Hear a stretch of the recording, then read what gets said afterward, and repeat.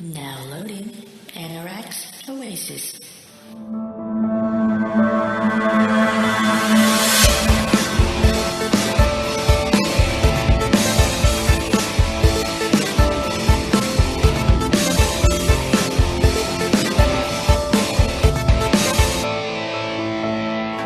Welcome to Anorak's OASIS. I'm your host, Jeff, aka Mysterio Hunter. This is Jack, aka Dracoburn.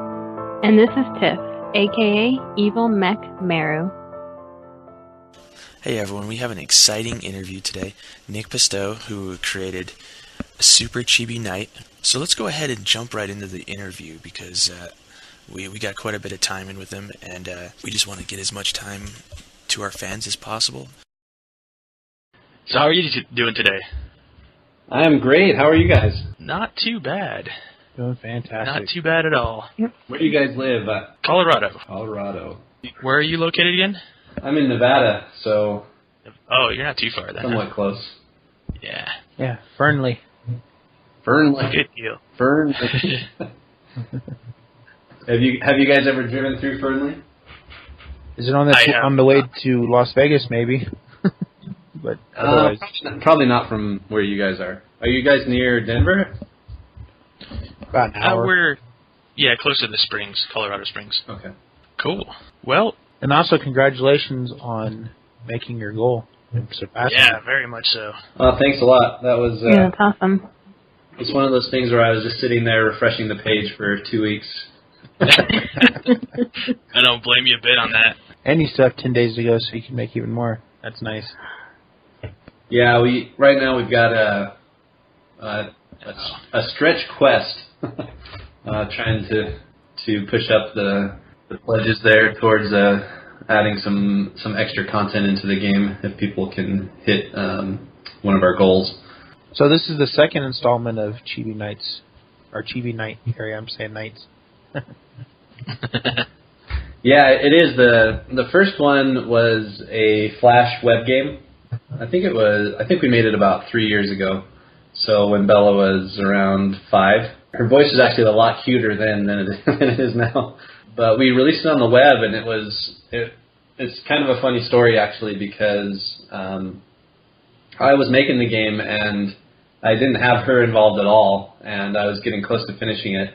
I was looking around for sound effects, looking online and stuff, and I wanted the main character to have a voice, and so I started messing around trying to find voice actors, and there's nobody available. And then I thought, okay, I'll just try to do it myself, and I started, recording myself going, hi-ya, ya, hurrah! My daughter could hear me from the other room, and she started imitating me, making fun of me. And so I was like, oh, you think you're hot stuff, huh? Why don't you come in here and give it a try? And she came in and she did an awesome job, and I put it into the game, and I was like, wow, this actually makes the game a lot more fun, a lot more endearing, and that's actually it's probably my most popular game that I've released online, besides a Bobo's Big Adventure.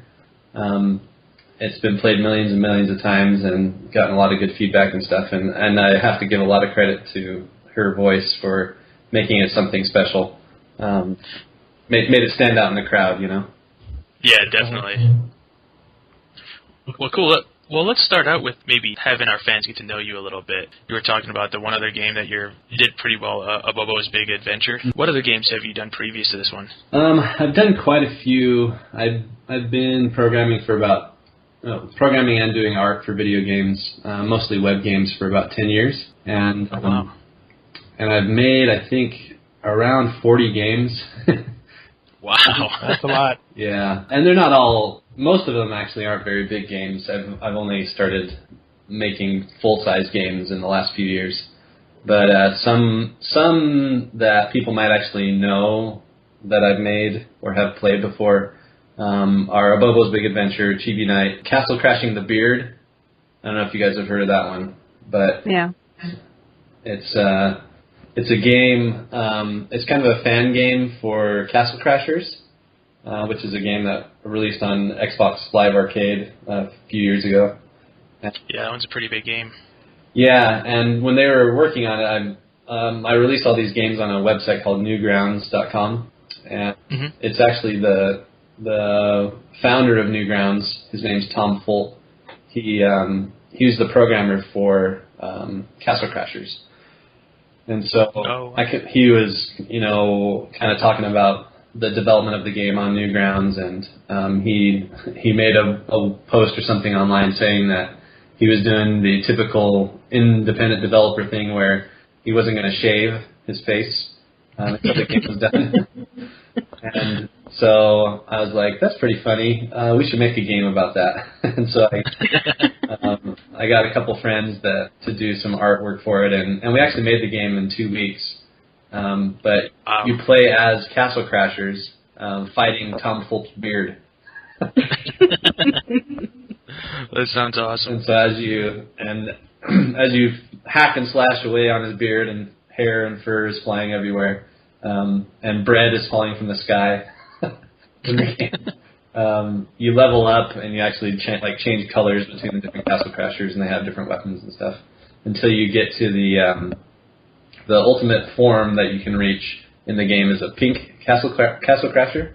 And at the time, there was no pink Castle Crasher. The Behemoth, the creators of the real game Castle Crashers, when they released the game, they actually were big fans of the Castle Crashing the Beard little mini game that we made, and so they actually made a downloadable pink Knight Castle Crasher in the real game. Nice. That's awesome. And then the other cool thing that they did is they put the names of everybody who made the web game in the actual credits of the real Castle Crashers. So that's my claim to fame, is my name is in a big hit. That's cool. Yeah, because that game was huge. Yeah, like it blew up. I think it's the best-selling game on Xbox Live Arcade ever. They've sold like 15 million copies or more. Wow, dang, that's incredible. Yeah, so that was a huge success for them. But that was one game that I made. Another one that people might know about is called Portal Defenders, and it's kind of another Newgrounds fan game. Where are you guys familiar with Newgrounds?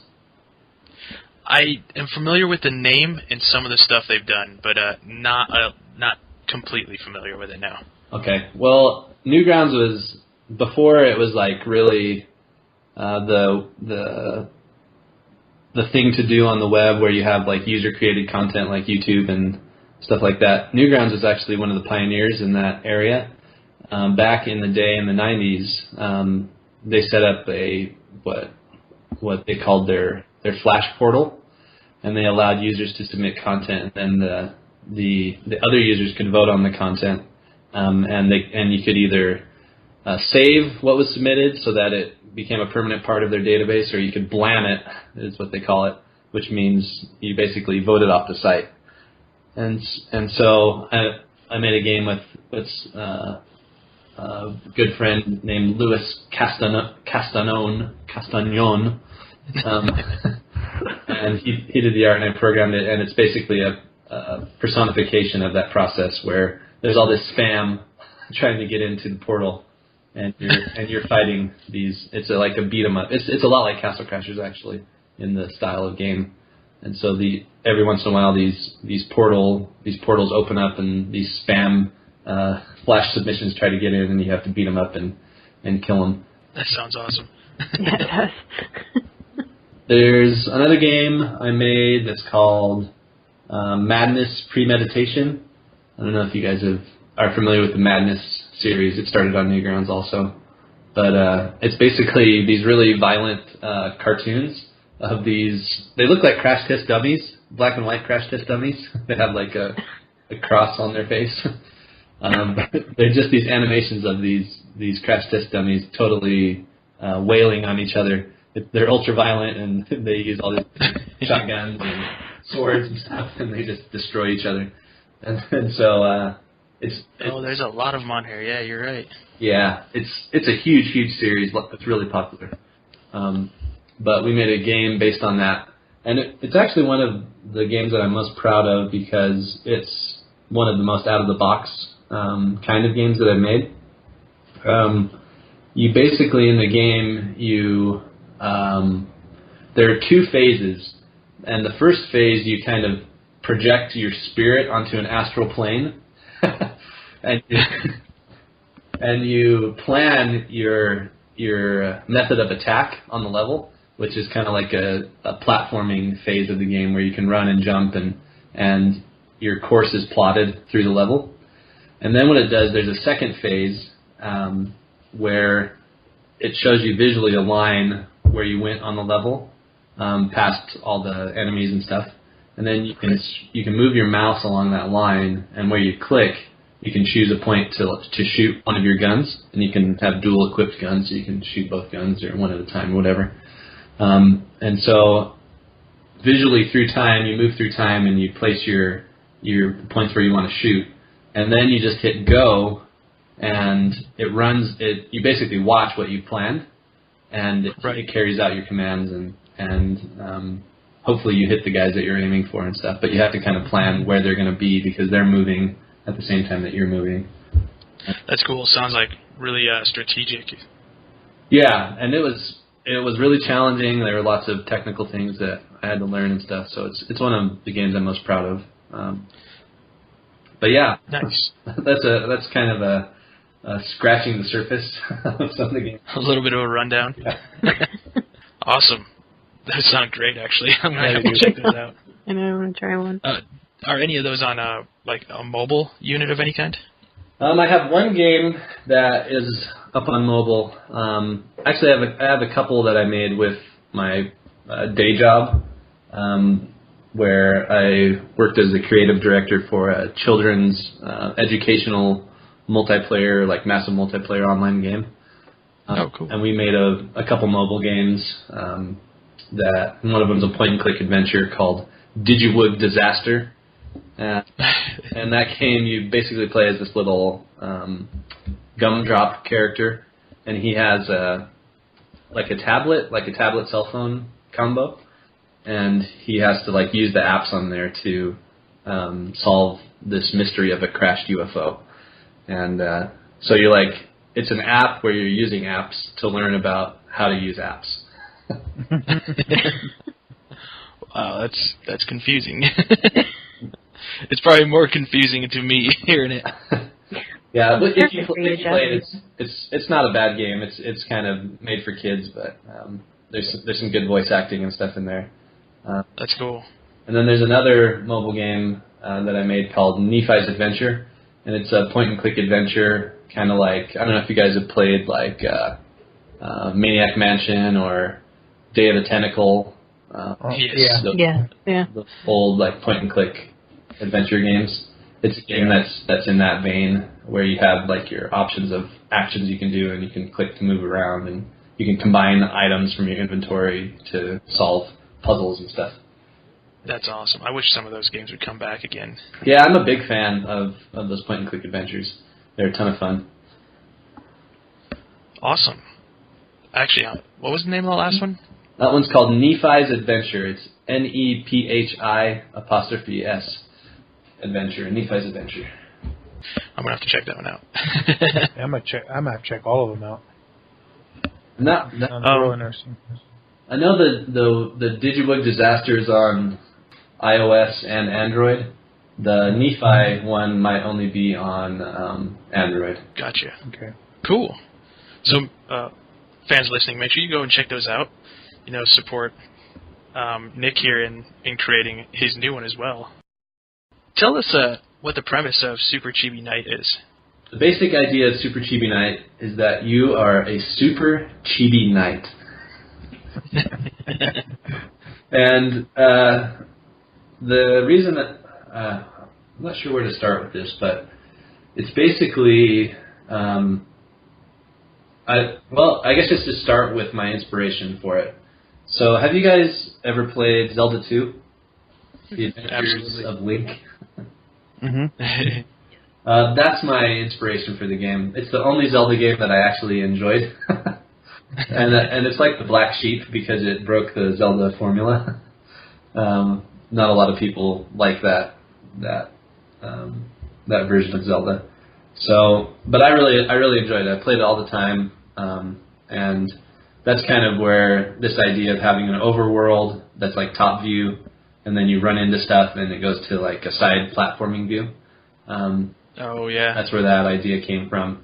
And then the idea of earning experience points and leveling up your character. So there's that. That's a huge influence in the game, and I wanted to make a game like that.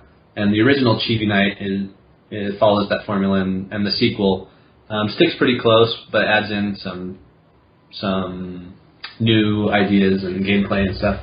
And I just wanted to make a game like that, basically. And I wanted to make an RPG that wasn't one of those turn-based, like grindy kind of RPGs. I wanted it to have lots of action and have more to do with your reflexes in succeeding, rather than just the typical RPG. So that's the premise. But you play as a little knight. And I chose Chibi because I have a friend who lived in Japan for a while, and you guys may be aware that the whole Chibi thing there's like a following for that online. Oh yeah, there's a huge following. Yeah, and I asked him, well, what does Chibi mean? Like I've seen all these Chibi artwork and stuff, and he said it just means small and cute. And so from there I was like, okay, well, I don't want to spend a lot of time, honestly, making a lot of animations, like detailed animations. So I'll make this character small and cute, and it'll save time in the development of the game. And, I can cut corners because she won't have arms to animate. She just has hands. And right. So that was the idea. Is I took that idea of Chibi and just made a small, cute character to build a game around.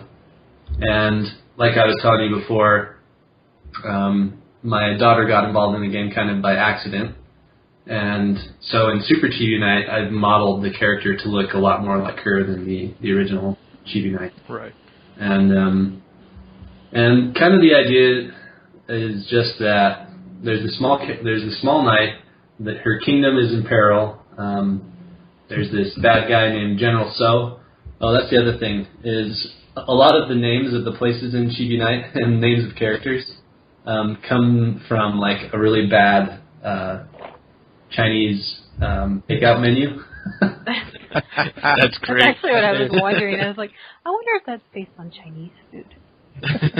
Yeah, so the bad guy is my personal arch nemesis, like the Kung Pao General So chicken that you get that's like too hot to eat. So that's the bad guy, and then like the name of the kingdom where Chibi Knight lives is called Aokoku, which in Japanese means kingdom. So, and then there's like when you go into the mountains, it's like the Japanese word for mountains, and just when you visit the town, it's like the Japanese word for town. And so that's nice. I'm just imagining Japanese people playing this and just being like, what? It's because you remember when we were young and we played like the Nintendo, there were all these bad translations from English or from Japanese into English, where they would say like a winner is you, or weird stuff like that. and so this is like, hopefully when this gets translated into Japanese, the Japanese players will have a similar confused like. Like, is this a finished game? They just call it Town. What's that? They'll be like, is this a finished game? They just call that Town.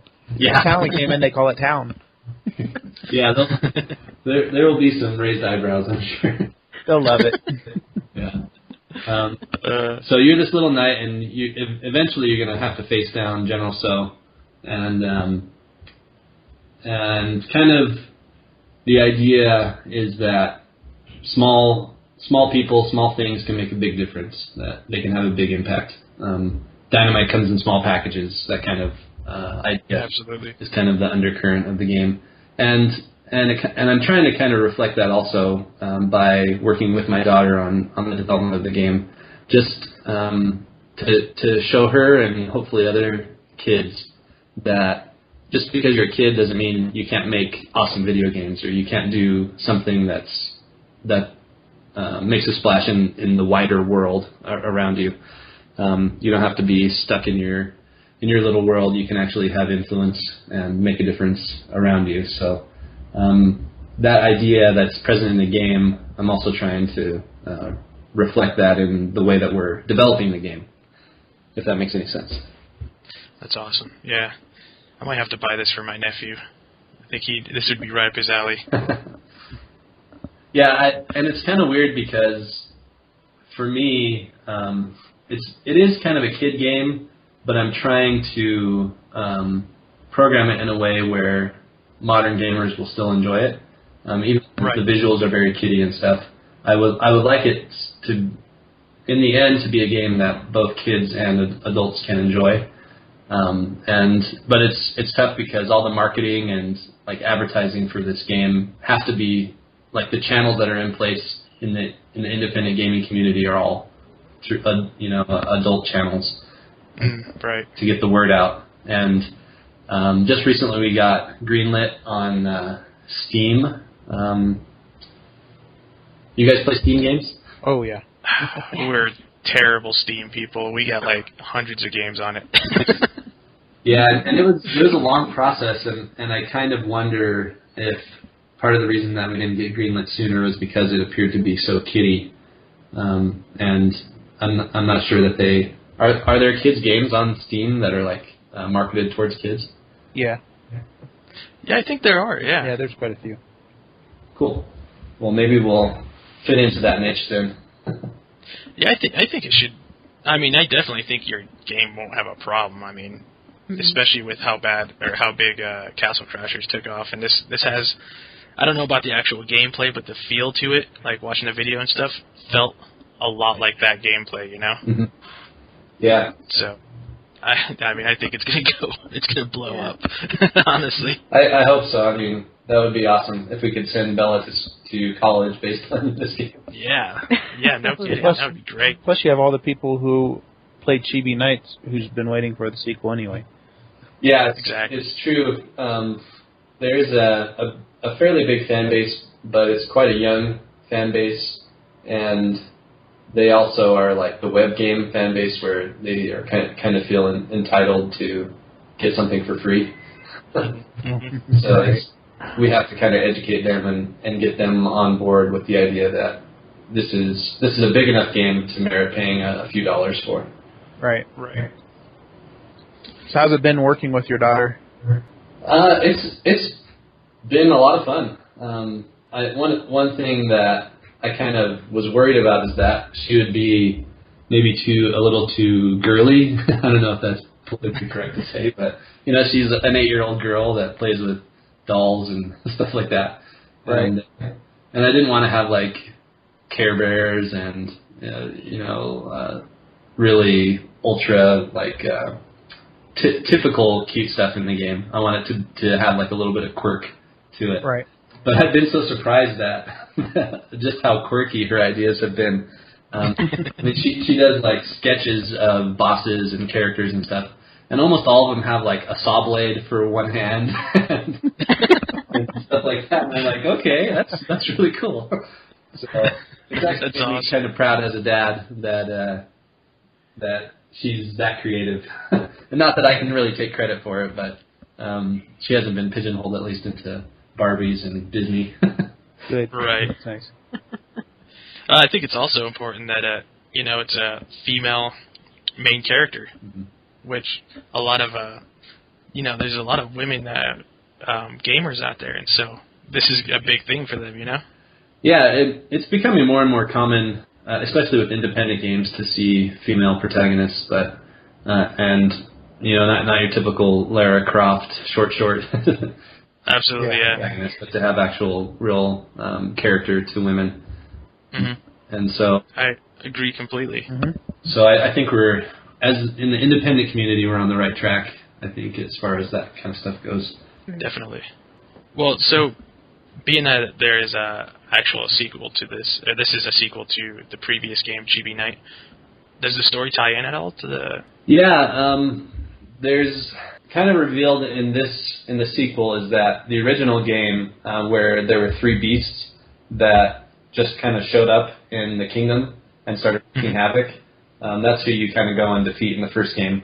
And so in this one, we introduced this character, General So, and it turns out that General So is the one that released those beasts in the original game, and he's trying to actually bring back those beasts from the dark world, and it's already started happening. Like the enemies you fight in the game are like the first wave of this attack, and so you have to defeat them and then fight your way to General So and stop him from bringing in the even larger beasts from the other world. So it ties it in that way, and there's actually the first mission you get in the game is to go visit the town library, and you go in there and there's kind of there are 3 or 4 scrolls in there that you can read, and the first scroll is all about the first game and kind of recaps everything that happened there, and then builds off of that for the next 2 scrolls. So the story, I did try to tie the story together, even though originally I hadn't planned on making a sequel. But I just kind of tried to reopen the book on the first game and think about maybe where some of that stuff came from. That does sound awesome, though. I love when, a story now ties into a previous story. That gets me every time. Like with the scrolls, does it make it kind of so you don't have to have played necessarily like the first game to get what's going on, in the second game? Yeah, and I hope that's the case where people don't feel like they're missing anything. But I do hope that eventually people, like, I kind of have this vision in my mind of someone playing Super Chibi Knight, reading about this stuff and being like, oh man, they should make a game out of that, and then realizing, oh, there is a game. Original. That happens a lot, actually. Just listening to you talk about it, kind of like, I want to go play the first one. I can see what this is about. And I really like when you're playing a game and there's like a sense of depth to the history. It's kind of like when you watch Lord of the Rings or you read Lord of the Rings and you realize that Tolkien wrote like a whole language for the elves, and there's all this history that he wrote about the past of all these races. It just enriches the experience. So not that I'm Tolkien by any means, but I'm trying to add a little depth to the story in the game. Absolutely. Now, one thing we've gone back and forth about here as hosts on the show is how cool it would be to have a co-op section of the game where maybe it's a local or even online, kind of like the way Castle Crashers was. Are there any plans for the future, maybe expansions or something to do that? I would love to, but the problem is that I didn't plan for that when I started making the game. Everything now is kind of locked into the single player track. Sometimes it's just better to have the single player anyway. Yeah, and I know some people prefer single player and some people don't, but I would like to, if this is successful and we do end up doing another installment in the series, I would like to have a more 4-player multiplayer experience. I've been messing around with the idea of you guys are familiar with the old Metroid game, Castlevania? Absolutely. Yeah. I think I don't know if it's ever been done. Maybe the closest is the Battle Block Theater that the Behemoth just released recently. But to have a 4-player version of a Metroidvania style game. That would be cool. Where you could explore independently the whole level, but then to get into the boss area, there are pedestals that all of you have to stand on, so it brings you back together at the end to go and fight the boss. I think that would be fun. So you have the option to work together or not, but at some point there are certain things that you have to do together to cooperate on in a 4-player simultaneous play format. I think that actually sounds like an incredible plan. Yeah, that sounds really cool. We could do that with Super Chibi Knight or Super Duper Hyper Chibi Knight.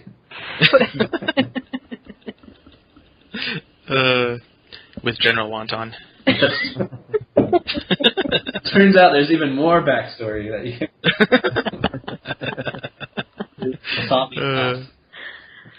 That's great.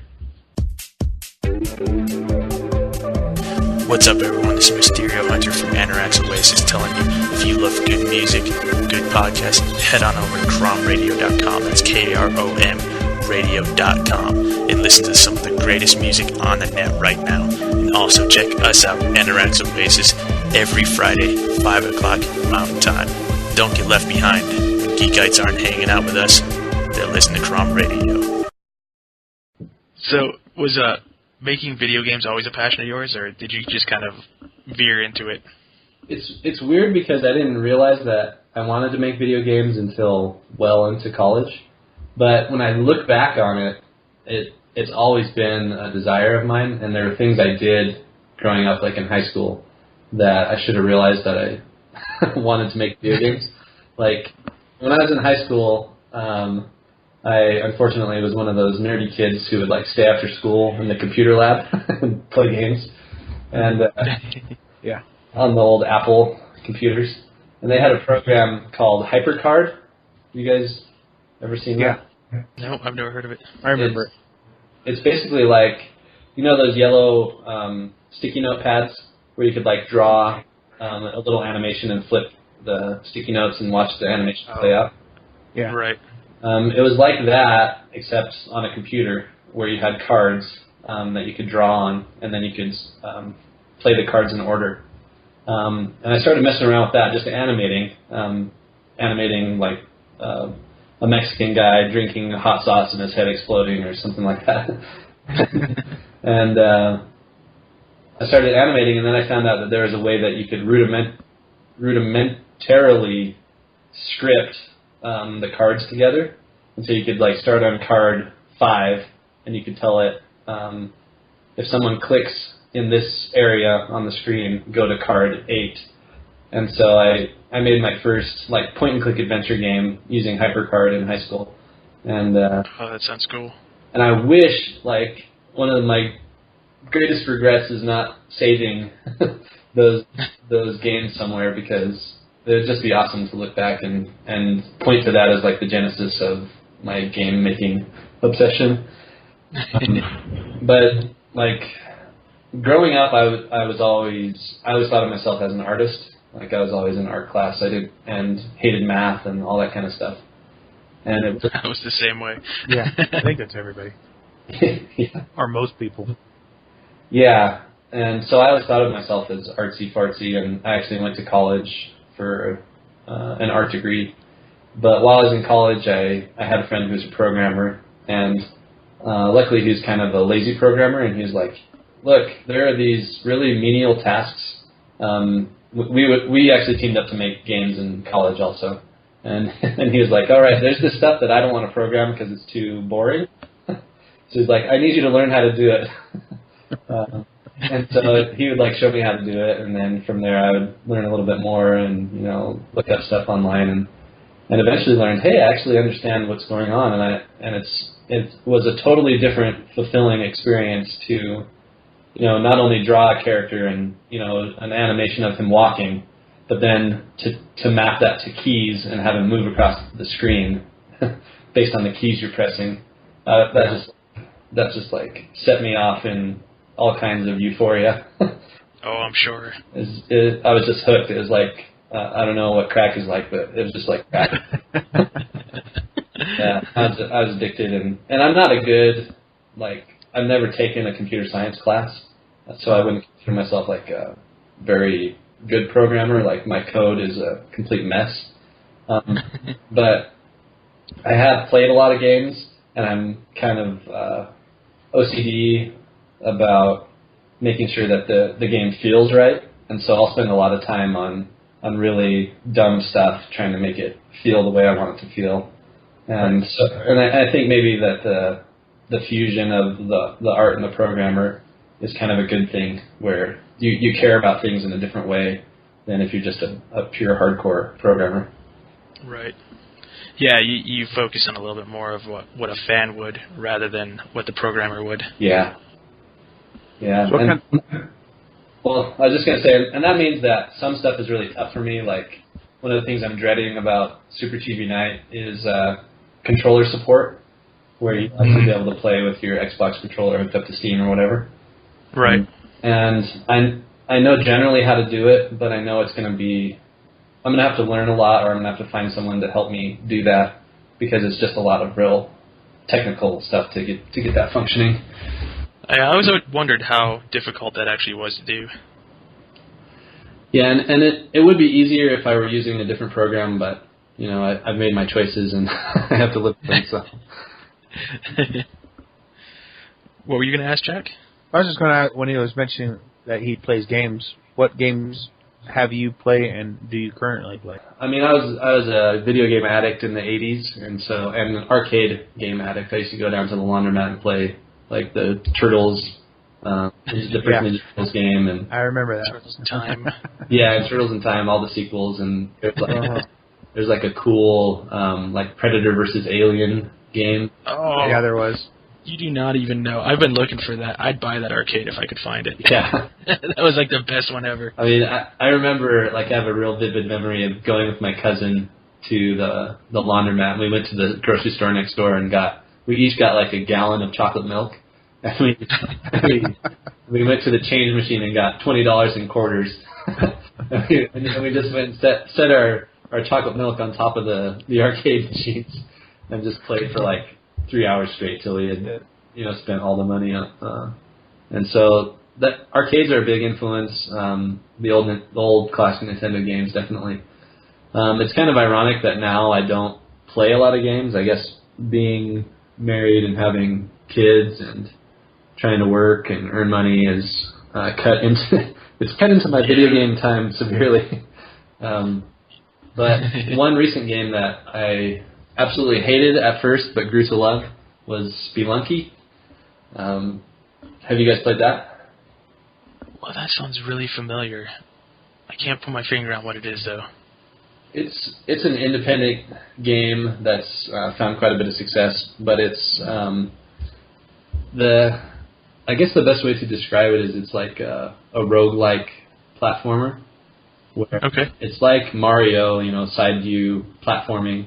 But the levels are randomly generated, and you kind of work your way down through this mine, and then eventually there's like a hidden like city underground, and then you go down to like an ice world, and then even further down into like these old ruins. And there are all these weird like aliens and weird things that you have to fight. But that sounds awesome. it's so you go into it expecting it to run through it like you would a Mario level, hold down speed and just jump over stuff, and you expect it to be designed to where you can get to the end easily of the level. But it turns out that if you do that, you'll die almost immediately. Like there are traps and all kinds of crazy stuff everywhere. And so you kind of have to crawl along and look up and look down and carry stuff with you. And like a typical rogue game, you get permanent upgrades as you go that kind of like permanently enhance your character, so you can get like spike shoes or like a wall climbing ability or things like that. But it was just so frustrating at first because I was approaching it in the wrong way, and then after I learned how to play it, it's just become one of my favorite games. And I actually made a game recently called Labyrinth Secrets of Shadowhaven. That's heavily inspired by Spelunky. It's a roguelike platformer game. Oh, that's cool. But yeah, that's probably the most modern game. And the other modern game that I played is the recent DuckTales remastered. Oh, okay. I want that game too. That looks incredible. It brings me back.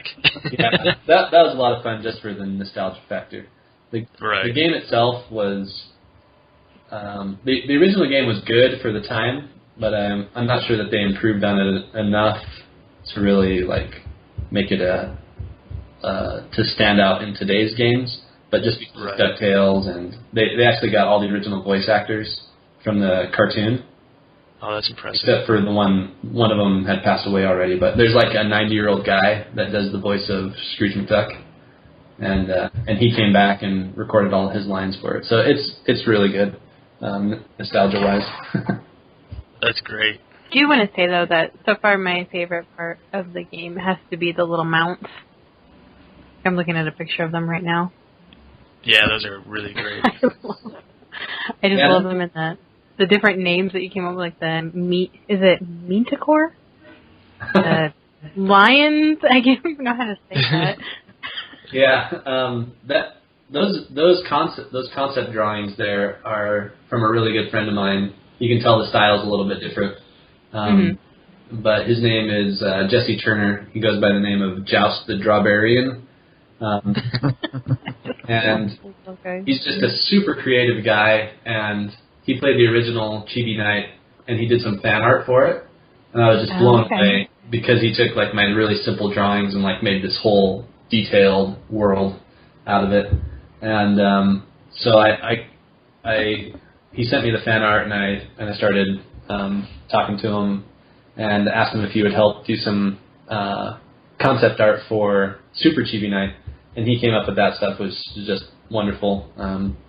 And I've worked with him on some concept art for different things. He also did the game cover art that you see there with the knight with pigtails riding the giant dragon and all that. Mm-hmm. He's just that's incredibly done too. That's great. Awesome.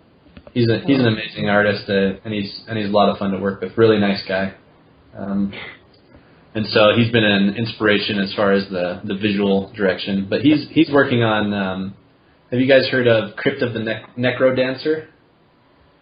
I don't think I have actually. Crypt of the Necro Dancer, no. He's helping out with art on that, and it's a cool idea for a game. It's basically like it's like a dungeon crawler, like a roguelike game, but it's also a rhythm game. And so you have to press buttons in time to the music that's playing. So like you have to like swing your sword on the beat, or else you'll miss the characters you're fighting. And so and they like made a big like DDR dance pad to play it with, and it's looking like it's going to be a really great game. It's not out yet, but they'll probably have like a demo at GDC or whatever that thing is that's coming up here soon. Yeah, I think it's GDC, isn't it? Yeah, pretty sure it is. That's pretty cool, though. It sounds awesome too. I'm looking at it right now. Yeah, I And he's got Jesse Joust the Drawbarian. He's also got another game that's out on iOS. It's called Shell Razor, and it's done pretty well on iOS. You play as this turtle that stores like massive weaponry in its shell, and it's like a scroller, but you're like shooting these huge weapons. And he did all the art for that, and it looks amazing. That's incredible. I wish I was talented like that. So, are you pretty happy with the fan excitement so far? It's been great. I mean, it's been actually kind of heartwarming to see all the people that I've kind of associated with through the years in the game development community kind of come out of the woodwork. Like a lot of people that I hadn't heard from for a long time heard about the game and came and helped support it, and that's just, it makes my heart feel good to know that people care about what we're doing enough to actually reach into their pockets and help out. I know from personal experience how hard it is to, even pledge $1 online.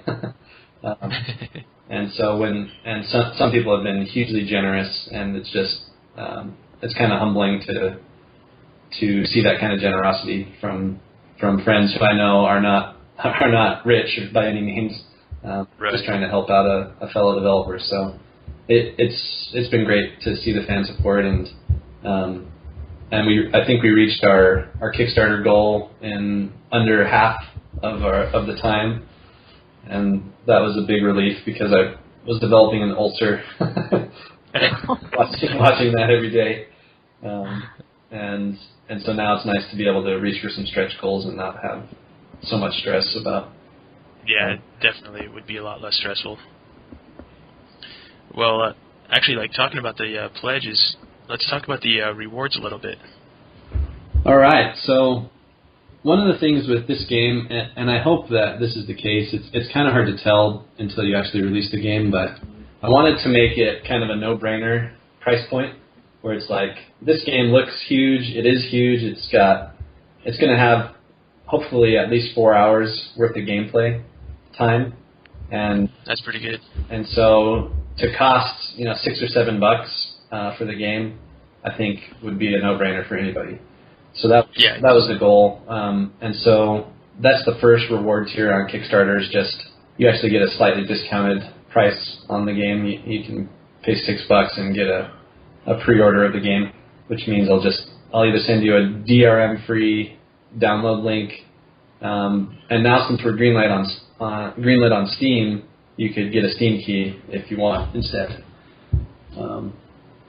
when the game is done. And then the next tier above that is a $15 tier where you can not only get the game, but you can get the soundtrack that goes along with the game.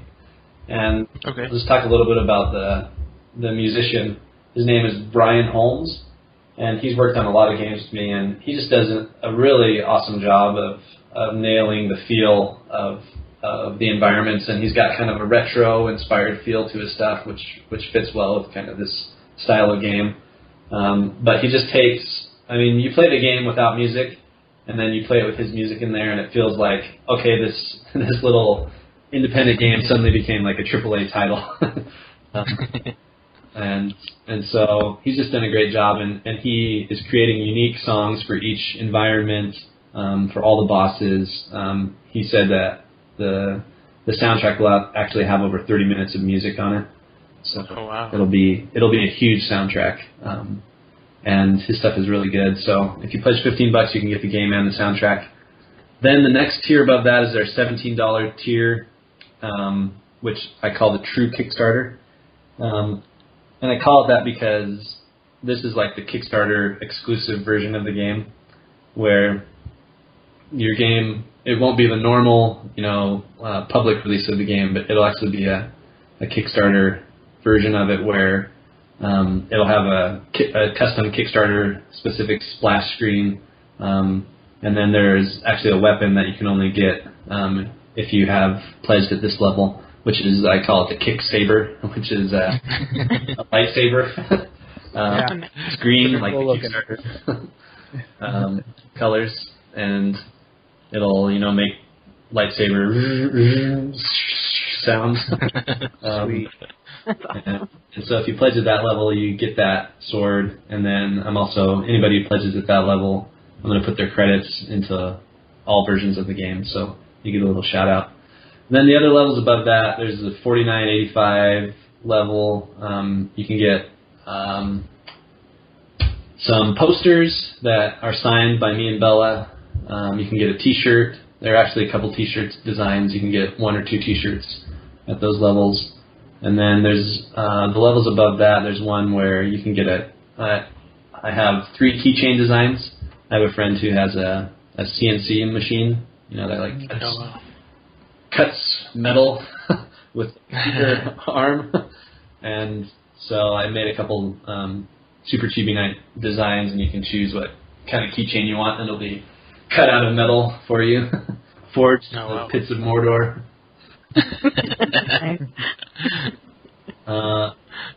And then there's a tier for $450 where I'll actually design an NPC in the game after you, and so you kind of give me your bio and a photo, and I'll put you in the game, and you get all the other stuff too, of course. But they'll actually say your name in the game when you talk to the character.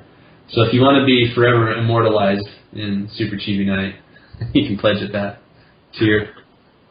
And then there's a level. The highest level is $1,000, where you can actually design a whole zone in Chibi Knight where it's themed. Like if you wanted to have, a volcano level, or if you wanted to have an all ice level, or if you wanted to have your living room level, I don't know, whatever you want. It could focus on you, or it could be just something out of your imagination, but basically, I would just get on Skype with you, and we'd brainstorm a level, and you would have like creative direction power Oh, wow. in designing not only the level but the enemies, and I think you get a beast to ride that you get to come up with at that level. So if you wanted to have like a unicorn that shoots rainbows out of its butt, then that could be your contribution to Super Chibi Knight. That would be sweet. Kind of makes me wish I had $1,000 right now. Come on, mortgage your house. Yeah. I know, right? Sell everything you own. That's actually what my next question was about, is the final pledge, because I thought that was amazing. You'd be able to do your own level and everything. That sounds like so much fun. But cool. All right. Let's see. Is there any other games that you have planned after this? I have a couple that are on the back burner. Like I was talking about that idea with like the 4-player Metroidvania style game. That idea just keeps developing in my mind. I would like to make a sequel to Portal Defenders, but make it like a full-sized beat 'em up game. That would be kind of like Castle Crashers, but in a different world, where you're running around in 3/4 view and just wailing on people. And there are cool things I want to put in there, like a lot of these beat 'em up games. They cut out some of the cooler stuff that the arcades have, like where you could like jump on top of someone on the ground and punch them in the face while they're on the ground, or you could like stomp them when they're on the ground, or you could like pull them up off the ground and do crazy moves with them, like grappling type moves, that kind of thing. There's just a lot to explore in the beat 'em up genre that I would like to return to, and it was really fun working with Louis Castagnon. He's an inspiring artist. He always takes my concepts and turns them into he just adds a little touch of quirkiness and creativity that makes boring, programmer art into something memorable. So I hope to be able to work with him on a bigger game, and one of my lifetime goals is to release a game on consoles. That's just kind of, since I sat in front of a Nintendo and held that controller in my hand, that's been something that I would like to do. And I don't know if consoles will still be around by the time I get there, but I would like to have a game released on console someday. That was actually going to be one of my questions, if that was a plan of yours. Yeah, definitely. And I don't want to rule out the Ouya as an option, but I would like it to be a more widely played console game. Right. But if I have to, I'll resort to the Ouya. Have you guys been following the Ouya at all? I haven't recently. I was following it really big when they first announced it and it was first coming out. I played it when I was at E3 a couple of years back as well. What did you think of it? I thought it was a lot of fun. It was interesting. I liked the fact that it's so, I want to say, open source more. Mm-hmm. I like that a lot. I mean, really, that's I don't know a whole lot more about it. I only got to play it for a couple minutes. How'd the controller feel? I thought they felt pretty good. It was a lot lighter than other controllers of other systems that I've played. But all in all, I think it felt pretty decent in my hand. Okay. And what about like the responsiveness? Like, was there noticeable lag when you press buttons and the response on the screen? The game I can't even remember what game it was I was playing, but it didn't really feel like it. It felt like it moved pretty good. Okay. A lot of that may be different setups that they have for different games and stuff as well, but I thought it felt pretty decent, honestly. Okay, that's good. That's a positive mark in the Ouya direction. I guess. Yeah. I don't know exactly why, but it seems like, from what I've heard, most people just bought the Ouya as like an emulator device. Right. Play like old Nintendo games, Sega games and stuff. I think that's mostly what I'd use it for. Yeah, or to watch Netflix on or whatever. And I'm not sure that a lot of people are actually buying games from the store. And that's that has to happen for the Ouya to be successful. Do they sell it in like the games in the store and stuff, or is it just an online store? It's an online store. Is it? Okay, Yeah, that's kind of what I mean, in their virtual store. Right. Yeah. And if people aren't buying that, then developers aren't gonna. Yeah. Well, it's still out. Definitely. It's still out at Best Buy and GameStop. Every time I go in there, I always see it. At least here in Colorado need to pick Springs. one up one of these times. Yeah. Test it out. Yeah, I've heard a lot of developers kind of denouncing it as a waste of time and resources to release on Ouya, but there are some that have done well. I think you guys familiar with Towerfall? Mm-hmm. That's a game that was kind of the Ouya seller. People bought Ouya just to play that game early.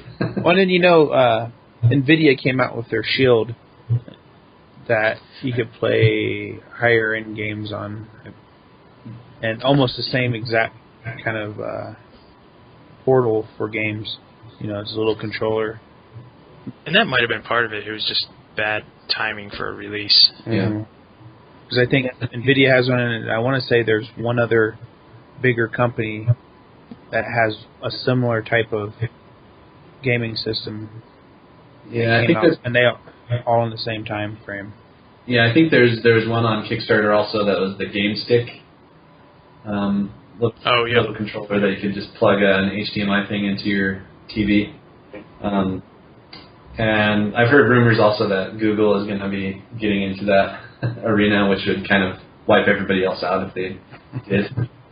Right. They'll probably buy Ouya. Yeah, maybe. Or just put them out of business. Yeah.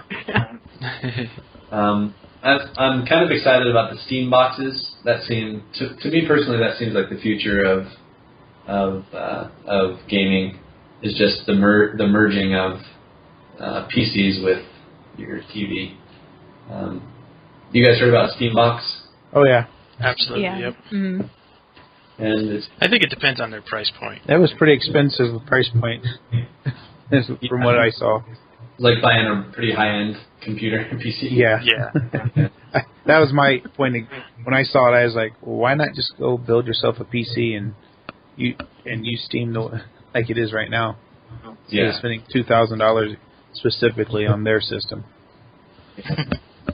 Yeah, and I guess they're working with different hardware developers, and they may have like tiered levels of the Steam box, so there might be some other options. But yeah, I wouldn't be surprised if it drops significantly in price. Yeah, I'm sure it will.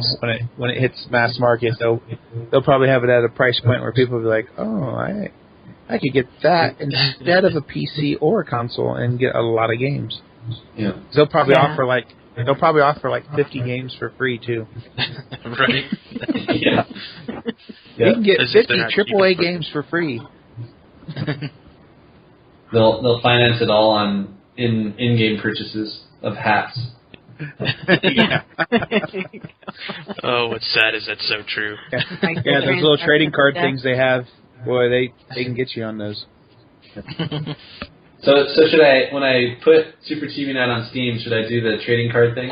Yeah, it seems like when the games first come out, you get them, and then a lot of people, me and Jeff have done the little marketplace, and you spend 2 cents here, 2 cents there, but if you do that a million times, that's quite a bit of money that passes hands. Yeah, I was talking with other players the other day, and they were saying that they keep buying stuff off the market, like the cards off the market, just so they can build up a full collection. And I never really put much weight on the card game itself. So So with the cards, what's the idea? Can you play like a Magic the Gathering kind of thing with these cards, or how does that work? Now you get that you have a set of like I think the minimum I've seen is 3, and the most I've seen is like 20, or something like that. And then when you get a full set, you can combine them all and make a little. You'll get a little badge. You can get a badge that you can put onto your account. Like I did it with Saints Row, and I got a little bronze badge that says that I, tells everybody I collected the first set of them. And if I keep doing it, I can go all the way up to I think platinum badge, and it looks a little different. And it's pretty I easy. think it would be cool if you actually unlocked those if you got something in game. I think that would be a really cool thing. Some of them you get in game stuff. Oh, do you? Uh-huh. Okay. Interesting. Not all of them, but some of They're them. like little sub-achievements that if you get the full set, then you get a larger achievement. Correct. Right. And then you'll get like emoticons too when you do a combine and others. Like you also just recently when you do a combine, you'll get like a booster pack or something of more cards.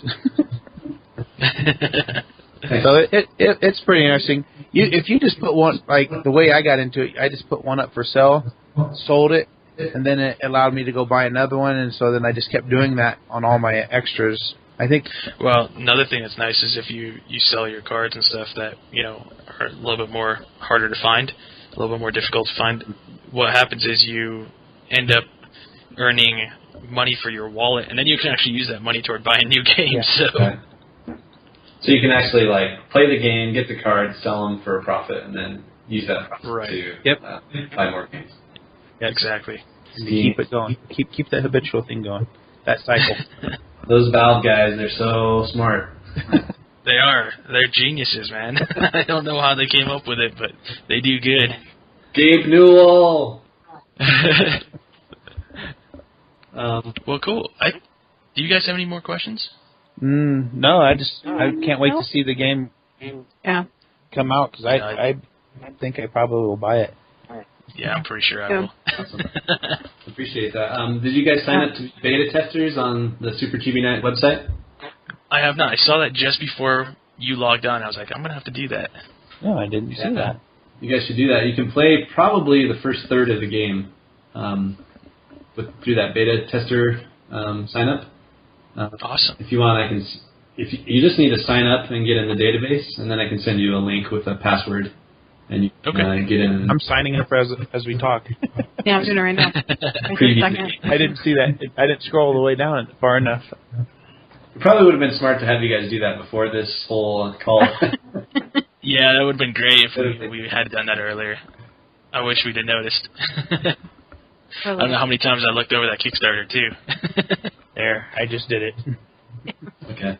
Well, I'll send you an email with the login info so you can access the. It's actually an alpha test, I'm calling it. But yeah, you guys can get on there and actually play the game. Great. Well, see, that was smart, because on our next podcast we'll talk about that we play Chibi Knight, so it'll be in two times. There you go. 2 episodes. The marketing genius I am. Give you just enough info. Keep them coming back, man. Yeah. Well, great. So, do you have any more information you'd like to share? Just check out superchibiknight.com and check out our Kickstarter, which I think it has 10 days left. Yes.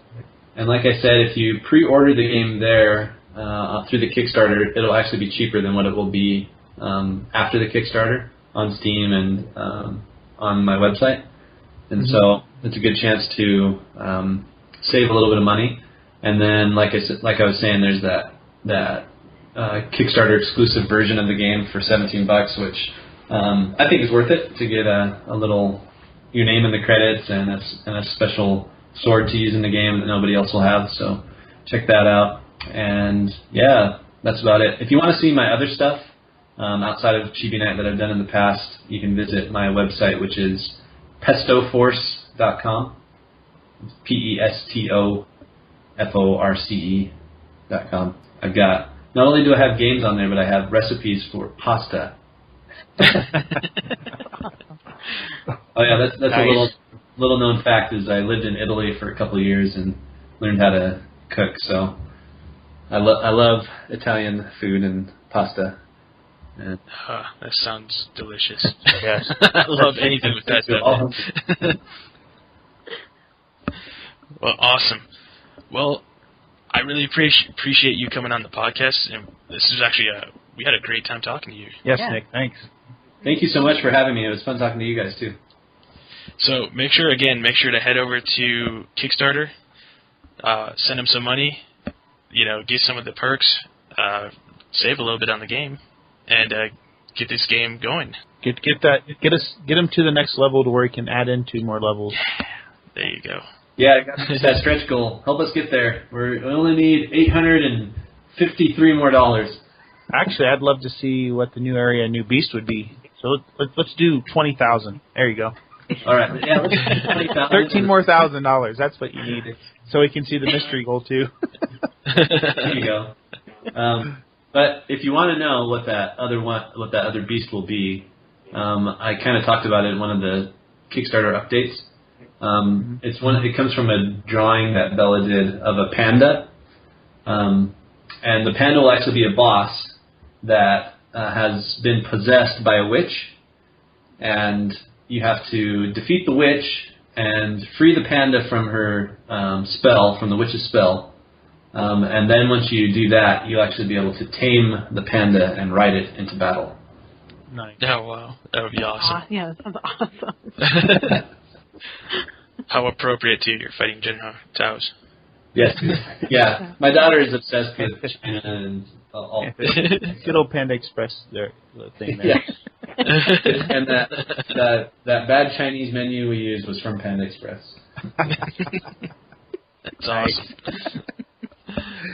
All right, Nick. It was good to have you on. And for our fans, don't forget to send in all of your ideas for our current contest going on, such as the new logo, the new comic book cover, and for our starting theme. And get those in by the end of March. And Tiffany, where can everyone find us? Everywhere. Everywhere, literally. Facebook, Twitter, WordPress.com. He's on your computer, right there we are. Seriously, we are all anywhere. The call is coming from inside your house. I know. I know, exactly. Little did you know. No, but yeah, Twitter, Facebook, Instagram.